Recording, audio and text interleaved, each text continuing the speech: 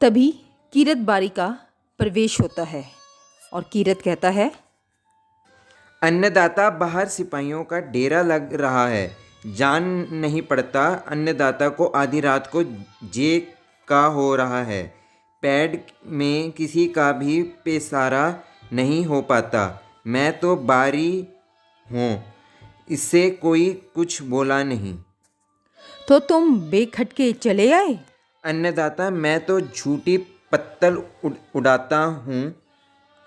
कोई मालमत्ता तो मेरे पास है नहीं। टोकरी है और उसमें पत्ते हैं। कुंवर जी ने बयारू कर ली। धायमा, मैं झूठन पालूं। नहीं। कुंवर जी जुग जुग जिए धायमा। जब से कुंवर जी बूंदी से आए हैं तब से सगर महल में उजियारा फैल गया है। राणा विक्रमादित्य जब हरभजन करेंगे तो धायमा अपना चौर छत्तर कुंवर जी को तो सौंपेंगे, और जब कुंवर जी राणा होंगे तो सगर जहान उनको बंदगी करने आएगा। सच जानो धायमा, कुंवर जी के स्वरूप दर्शन दाखिल हैं। मैं तो उनके लिए अपनी जान तक हाजिर कर सकता हूँ। धायमा कुछ सोच रही हैं। हाँ, मैं सोच रही हूँ।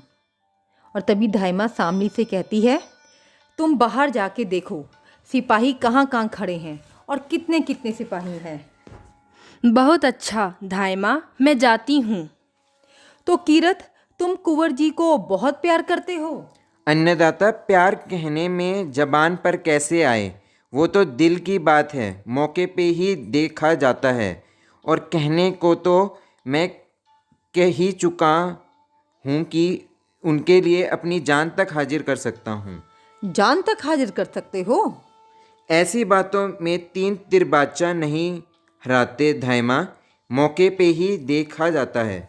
तो वह मौका आ गया है कीरत, मौका? कैसा मौका? कुंवर जी को बचाने का। कौन के सिर पे बेरू बाबा की आंख चढ़ी है, जो कुंवर जी का बाल भी बांका कर सके? और कीरत के रहते दाइमा हंसी तो नहीं कर रही हैं अन्नदाता? नहीं कीरत, हंसी का समय नहीं है। कुंवर जी के प्राण संकट में हैं। कौन है जिसने सूरज पे धूल उछाली है? बनवीर। अरे वो बनवीर जो महाराणा विक्रमादित्य के दरबार में बंदर सरीखा नाचता है। बहुत बातों का समय नहीं है कीरत, बोलो, कुंवर जी को बचाओगे? तो मैं तलवार ले आऊं? तलवार लाने का समय नहीं है। इस समय लड़ने से काम नहीं चलेगा। एक तरकीब सोचनी होगी। हुक्म दे अन्नदाता। भवानी तुलजा ने मेरे मन में सब उपाय सुझा दिए हैं। हाँ, ध्यान तो कर रही थी आंख मूंद के। तो भवानी ने कौन सा हुक्म करा? उसे मानोगे? अन्नदाता, सिर माथे, सिर चढ़ा के मानूंगा। अच्छा, तो सुनो, तुम बारी हो। तुम्हें बाहर जाने से कोई नहीं रोकेगा। तुम तो टोकरी में जूठी पत्तल उठाकर ले जाते ही हो। ठीक कहती हैं अन्नदाता। आते वक्त भी किसी ने नहीं रोका। तो तुम कुंवर जी को टोकरी में लिटाकर उन पर गीली पत्तलें डालकर महल के बाहर निकल जाओ। वाह, अन्नदाता ने खूब सोचा, खूब सोचा। मैं ऐसे निकल जाऊंगा कि सिपाही लोग मुंह देखते ही रह जाएंगे। तो कुंवर जी कहाँ हैं? सो रहे हैं। आज भूमि पर ही सो गए। उन्हें धीरे से उठाकर अपनी टोकरी में सुला लेना, वे जागने ना पाए। अन्नदाता, उनको पता भी नहीं चलेगा कि कहाँ से कहाँ सो रहे हैं। चित्तौड़ का राजकुमार पत्थर ओढ़ के सोएगा, कौन जानता था। ये सब भाग्य की बात है अन्नदाता। आज पत्तल ओढ़ के सोएंगे, कल साल दुशाला ओढ़ेंगे। तो तुम जाओ, जल्दी करो। बहुत अच्छा अन्नदाता। कुंवर जी कहाँ हैं? मेरे कमरे में नीचे ही सो गए हैं। तुम उन्हें उठा के तो ले जा सकोगे? अन्नदाता, अगर हुक्म दें तो बनवीर तक को सिर पे उठा के ले आ सकता हूँ। ठीक है, तुम्हारी टोकरी तो काफ़ी बड़ी है। अन्नदाता, आपके जस ने ही तो मेरी टोकरी बड़ी कर दी। सारे राजमहल की पत्तलें छोटी टोकरी से कैसे आ सकती हैं? और अन्नदाता, आज तो बनवीर के साथ बहुत सामंतों ने खाया है। मैंने भी सोचा आज बड़ी टोकरी ले आऊं। सो वो ही ले आया। तो चलो मैं तुम्हारी मदद कर दूँ। अन्नदाता, आप तकलीफ ना उठाएं, मैं सब कर लूँगा। और हाँ, कुंवर जी को लेकर तुम बैरिस नदी के किनारे मिलना, वहाँ जहाँ शमशान है। ठीक है अन्नदाता, वहीं मिलूँगा। वहाँ मुझ पे किसी को भी आदमी को नज़र ना पड़ेगी। तो जाओ किरत, आज तुम जैसे एक छोटे आदमी ने चित्तौड़ के मुकुट को संभाला है, एक तिनके ने राज सिंहासन को सहारा दिया है। तुम धन्य हो। अन्नदाता, धन्य तो आप हैं कि मुझको आपने ऐसी सेवा करने का काम सौंपा है। तो मैं चलूं? और तभी शामली का प्रवेश होता है। धाइमा, महल चारों तरफ सिपाहियों से घिर गया। उत्तर की तरफ की 7 सिपाही हैं, बाकी तीनों तरफ 20-20 सिपाही पहरा दे रहे हैं। शायद उत्तर की तरफ के सिपाही बनवीर को लेने गए हैं। कोई चिंता की बात नहीं शामली, तुम यहीं ठहरना, मैं अभी आती हूँ। देख के क्या करोगी? मैं तो देख आई हूँ। कुंवर को बचाने का कोई उपाय सोचो। मैं अभी आती हूँ। चलो किरत। ना जाने धाइमा क्या सोच रही हैं। कीरत बारी भी तब से यही बना है। क्या होगा? हाय, बनवीर ने महाराणा को रक्त में नहला दिया। दुष्ट बनवीर, तुझे नरक में भी चैन न मिलेगा। कुंवर उदय सिंह पर आंख लगाई है। भवानी, कुंवर की रक्षा करो, रक्षा करो। अब ठीक है, कुंवर की रक्षा हो गई। हो गई, हो गई, हो गई? कैसे? किरत ने अपनी टोकरी में कुंवर को सुला दिया, ऊपर से पतलें ढक ली और उन पर पानी छिड़क दिया। वह उन्हें लेकर बेखटके महल से बाहर हो जाएगा। कोई उससे कुछ पूछेगा भी नहीं। कुंवर जी बच गए, कुंवर जी बच गए। वाह वाह धाइमा, बहुत अच्छा सोचा, बहुत अच्छा सोचा। सिपाही समझेंगे कि बारी जूठी पतले ले जा रहा है, कोई उसे कुछ पूछेगा भी नहीं। कुंवर जी बच गए। चित्तौड़ के भाग्य से ही वे बचेंगे। ज़रूर बचेंगे। पर धाइमा, यह सब तुम्हें किसने सुझाया? भवानी ने। मैंने आंख बंद कर उनका ध्यान किया। उसी समय बारी आया। उसने कहा, मैं तो जूठी पत्तल उठाता हूँ, कोई माल मत्ता तो मेरे पास है नहीं। टोकरी है और उसमें पत्ते हैं, बस। भवानी ने यही बात मुझे सुझा दी। पर एक बात है धाइमा, क्या? बनवीर यहाँ ज़रूर आएंगे। वे तुम्हारे महल में कुंवर जी की खोज करेंगे। जब वह कुंवर जी को ना पाएंगे और तुमसे पूछेंगे तो तुम क्या उत्तर दोगी? कह दूंगी कि मैं नहीं जानती। इससे वे नहीं मानेंगे। क्रोध में आकर अगर उन्होंने तुम्हारे ऊपर तलवार चला दी तो कुंवर जी तुम्हारे बिना कैसे जिएंगे? मैं अपने प्राणों की भिक्षा मांगूंगी, जो चित्तौड़ की किसी नारी ने नहीं मांगी। ऐसी विचित्र भिक्षा वे अवश्य दे देंगे। बनवीर के सिर पर खून चढ़ गया है, वह दैत्य बन गया है। कुंवर जी को ना पाकर वह तुम्हें ज़रूर मार डालेगा। मुझे उसकी चिंता नहीं है शामली। पर चिंता कुंवर जी की है। तुम्हारे बिना वे भी तो जीवित नहीं रहेंगे। फिर तुम्हारा बलिदान चित्तौड़ के किस काम आएगा? कुंवर जी को तो जीना ही चाहिए। सचमुच कुंवर जी मेरे बिना नहीं जिएंगे। थोड़ी सी बात पर तो रूठ जाते हैं। मुझे ना पाकर उनका क्या हाल होगा? किसी तरह बनवीर को धोखा नहीं दे सकती। दे सकती हूँ। किस तरह? कुंवर जी की शैया पर किसी और को सुला दूंगी। वह क्रोध में अंधा रहेगा ही, पहचान भी नहीं सकेगा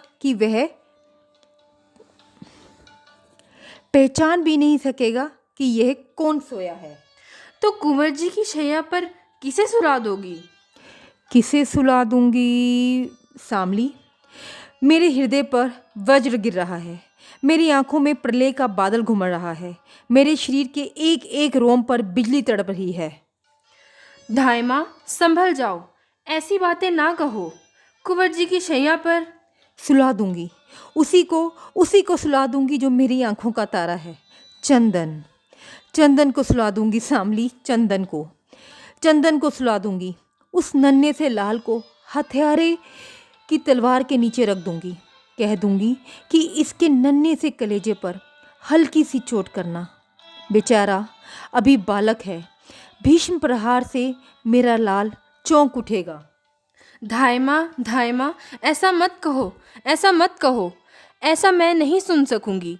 महल के किसी कोने में छिप रहूंगी।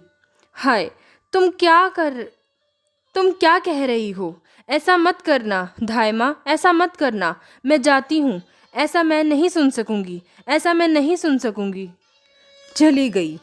कहती है ऐसा मैं नहीं सुन सकूंगी। जो मुझे करना है वे सामने सुन भी न सकेगी।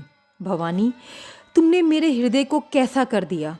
मुझे बल दो कि मैं राजवंश की रक्षा में अपना रक्त दे सकूं, अपने लाल को दे सकूं। यही राजपूतनी का व्रत है, यही राजपूतनी की मर्यादा है, यही राजपूतनी का धर्म है। मेरा हृदय वज्र बना दो। माता के हृदय के स्थान पर पत्थर रख दो, जिससे ममता का स्रोत बंद हो जाए। भवानी, मैं चित्तौड़ की सच्ची नारी बनूं। खींची राजपूतनी अपने रक्त से मंगल तिलक करे। तभी नेपथ्य से चंदन का स्वर और चंदन का प्रवेश होता है। माँ, देखो मेरे पैर में चोट लग गई, ये रक्त निकल रहा है। कहाँ रक्त निकल रहा है? लाओ देखूं मेरे लाल। ओहो, अंगूठे में ये चोट कैसे लगी? रक्त निकल रहा है। कितना रक्त निकल रहा है। लाओ इसे बांध दूं। सीधा पैर करो। हाँ ठीक, इसे बांध देती हूँ। ये चोट कैसे लगी लाल? मैं जैसे ही भोजन करके उठा माँ, सज्जा ने कहा कि महल चारों तरफ सिपाही इकट्ठे हो रहे हैं। मैं देखने के लिए ऊपर के झरोखे में चढ़ गया। अंधेरे में कुछ दिखाई नहीं दिया। ऐसे ही मैं नीचे कूद एक टूटा हुआ शीशा अंगूठे में चुभ गया। कोई बात नहीं है माँ, रक्त तो निकला ही करता है, पर यह सिपाही महल के चारों तरफ इकट्ठा हो रहे हैं। आज नाच रंग का दिन है ना, वही सब देखने के लिए आए होंगे, या फिर सोना ने उन्हें बुलाया होगा। वह नीचे नाच रही होगी। माँ, सोना अच्छी लड़की नहीं है। मैं कल उससे कहूँगा माँ कि कुंवर जी को अपना नाच ना दिखाया करें। उनका मन आखेट करने में नहीं लगता। मैं भी उसे समझा दूंगी चंदन। कुंवर जी कहाँ हैं माँ? आज भोजन में भी साथ नहीं चले। कहीं सो रहे होंगे। तब से वे सो ही रहे हैं माँ। कुंवर जी को ज़्यादा नींद क्यों आती है? मैं देखूं कहाँ सो रहे हैं। बुरा मानकर कहीं सो रहे होंगे। सोना ने ही उन्हें बुरा मानना सिखलाया दिया माँ। नहीं तो कुंवर जी पहले कभी बुरा नहीं मानते थे, साथ खेलते थे, साथ खाते थे। आज अकेले कुछ खाया भी नहीं गया माँ। तो चलो चंदन, मैं तुम्हें जी भर के खिला दूं। अब कुंवर जी के साथ कल खाऊंगा माँ। कल हम दोनों साथ बैठेंगे। तुम प्रेम से परोस परोस कर खिलाना। कल खूब खाऊंगा माँ, कुंवर जी से भी ज़्यादा। कहते हैं मैं चंदन से ज़्यादा खाता हूँ। अब कल से यह कहना भूल जाएंगे, क्यों ना माँ? ठीक है लाल। माँ अच्छी तरह से क्यों नहीं बोलती? और तुम्हारी आँखों में पानी कैसा? माँ, तुम्हारी आँखों में। कहाँ चंदन? पानी कहाँ? और तुम्हारे अंगूठे से रक्त की धारा बहे, मेरी आंखों से एक बूंद पानी भी ना निकले। ओह माँ, तुम तो बातें करने में बड़ी अच्छी हो। अब मैं बड़ा होकर बहुत सी जागीरें जीतूंगा माँ, तो मैं तुम्हारे लिए एक मंदिर बनवाऊंगा। देवी के स्थान पर तुमको बिठलाऊंगा और तुम्हारी पूजा करूंगा। तुम अपनी पूजा करने दोगी? तुझसे मुझे ऐसी ही आशा है चंदन। यह मत समझना माँ कि मैं जागीरों नहीं जीत सकता। उस जंगली खरगोश की तरह तेजी से दौड़ सकता हूँ, आसमान तक धावा बोल सकता हूँ। अब बहुत बात ना करो चंदन, रात अधिक हो रही है, सो जाओ। माँ, देखो उस दरवाजे से कौन झांक रहा है? कीरत बारी होगा, तुम्हारा भोजन उठाने आया होगा, मैं देखती हूँ। कोई और हो तो मैं अपनी तलवार लाऊं? कोई नहीं है, महल में किसका डर? लाल, तुम सो जाओ। कहाँ सोऊं? सज्जा तो अभी रसोई घर में ही होगी। मेरी शैया ठीक ना की होगी। तो तुम कुंवर की शैया पर सो जाओ। शैया ठीक होने पर तुम्हें उस पर लिटा दूंगी। तो हम कुंवर जी की शैया पर सो जाएं। और कुंवर जी बुरा मान गए तो? मैं कुंवर जी को समझा दूंगी। तुम्हारे लेटने से कुंवर जी की शैया मैली तो ना हो जाएगी। तुम बहुत अच्छी हो माँ। आज कुंवर जी की शैया पर लेटकर देखूंगा। अब तो मैं भी राजकुमार हो गया, पर मेरी माला, राजकुमार के गले में माला होती है ना? तुमने मेरी टूटी माला गूंद दी। नहीं गूंद पाई लाल, सांवली आ गई थी। कल गूंद देना, भूलना नहीं माँ। आह माँ, कितने नरम शैया है, जी होता है सदा इसी पर सोता रहूं। चंदन, क्या हुआ माँ? कुछ नहीं, कुछ नहीं। आज मेरा जी कुछ अच्छा नहीं है। कभी कभी कलेजे में शूल सी उठती है। तुम सो जाओ तो मैं भी सो जाऊंगी। मैं किसी वैद्य के यहाँ जाऊँ माँ? नहीं, वैद्य के पास इसकी दवा नहीं है। ये आप से आप उठती है और आप से आप शांत हो जाती है। तुम सो जाओ, मैं भी कुंवर को खिलाकर जल्दी सो जाऊंगी। अच्छा माँ, तुम्हारी आज्ञा नहीं टालूंगा। लो, मैं आँख बंद कर लेता हूँ। सो जाओ, चित्तौड़ की अच्छी कहानियों को सोचते सोचते सो जाओ।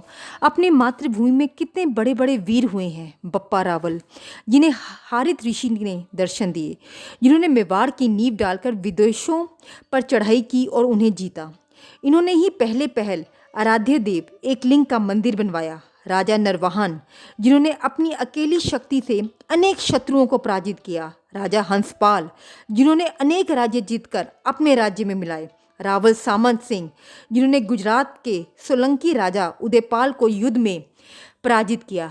रावल जय सिंह, रावल अमर सिंह। माँ, मैं आंखें बंद कर तुम्हारी बातें सुन रहा था कि एक काली छाया मेरे सिर के पास आई और उसने मुझे मारने को तलवार उठाई। माँ, वे काली छाया, काली छाया। मैं तो तुम्हारे पास बैठी हूँ लाल, यहाँ कौन सी काली छाया आएगी? कोई छाया नहीं आएगी माँ, पर ना जाने क्यों नींद नहीं आ रही है। तुम मुझे कोई गीत सुना दो तो सुनते सुनते मैं सो जाऊं। अच्छी बात है मेरे लाल, मैं गीत ही गाऊंगी, अपने लाल को सुला दूं। और पन्ना करुण स्वर में गीत गुनगुनाती है।